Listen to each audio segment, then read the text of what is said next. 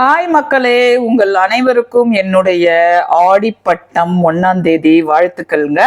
17ஆம் தேதி ஜூலை இன்னைக்குதான் ஆடிப்பட்டம் முதல் நாள் தொடங்கி இருக்கு. என்னதான் சித்திரை பட்டம் தைப்பட்டம்னு வந்தாலும் அதுக்கெல்லாம் முன்னோடியா திகழ்றது இந்த ஆடிப்பட்டம். யார் யாரெல்லாம் என்னென்ன விதைகள் வச்சீங்க, மாடியில என்னென்ன வேலை செஞ்சீங்க அப்படின்னு கமெண்ட்ல சொல்லுங்க. என்னோட மினி விளாக் இன்னைக்கு மாடி தோட்டத்துல தண்ணி ஊத்தலங்க. ஏன்னா நிறைய மழை பெய்யும்னு கூகுள் மேப் சொல்லிருக்கு. அதே மாதிரி கிளவுட்ஸ் எல்லாம் நிறைய வருது.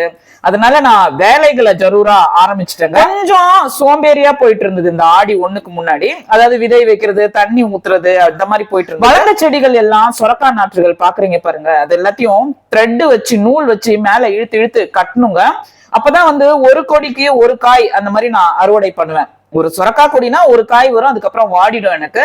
அதே மாதிரி இந்த கொத்தரங்காலாம் நல்லா வளர்ந்து சூப்பரா அறுவடை கொடுத்துட்டு இருக்கு. இது 6ல இருந்து 7 அடி வரைக்கும் போகும். அதனால இதையும் நூல் போட்டு மேல இழுத்து கட்டணுங்க. இது இல்லாம மாடி தோட்டத்துல அதாவது கத்திரிக்காவை ஒரே பக்கமா அடுக்கிறது, மிளகானா மிளகா செடிகளை ஒரே பக்கமா அடுக்கிறது, கொடியேற செடிகள் எல்லாத்தையும் ஒரே பக்கமா அடுக்கிறது, இந்த மாதிரி நிறைய செஞ்சுட்டே இருந்தேன்.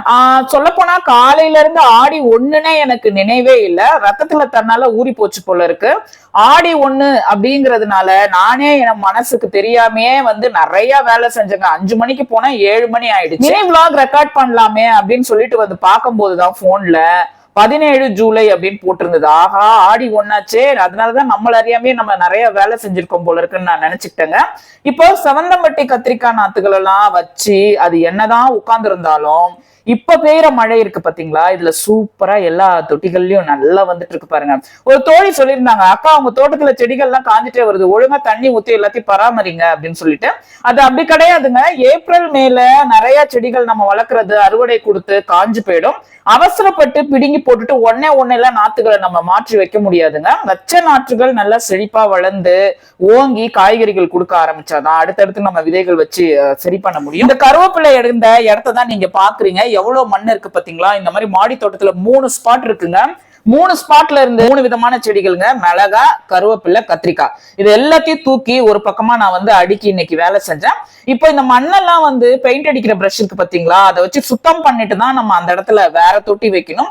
இன்னைக்கு 7 மணி ஆயிடுச்சு, இருட்டாயிடுச்சு. நைட்டு நேரத்துல வேலை செய்ய முடியாது. அதனால நான் கீழே வந்துட்டேன். காராமணி, பீர்க்கங்காய் இந்த மாதிரி விதைகள்லாம் வச்சு தொட்டில முளைச்சிருக்கு பாத்தீங்களா, இது நல்லா மேல வரும். இதுக்கும் நம்ம நூல் கட்டி அந்த கம்பியில ஏத்தி விட்டோம்னா நல்ல அறுவடை கிடைக்குங்க.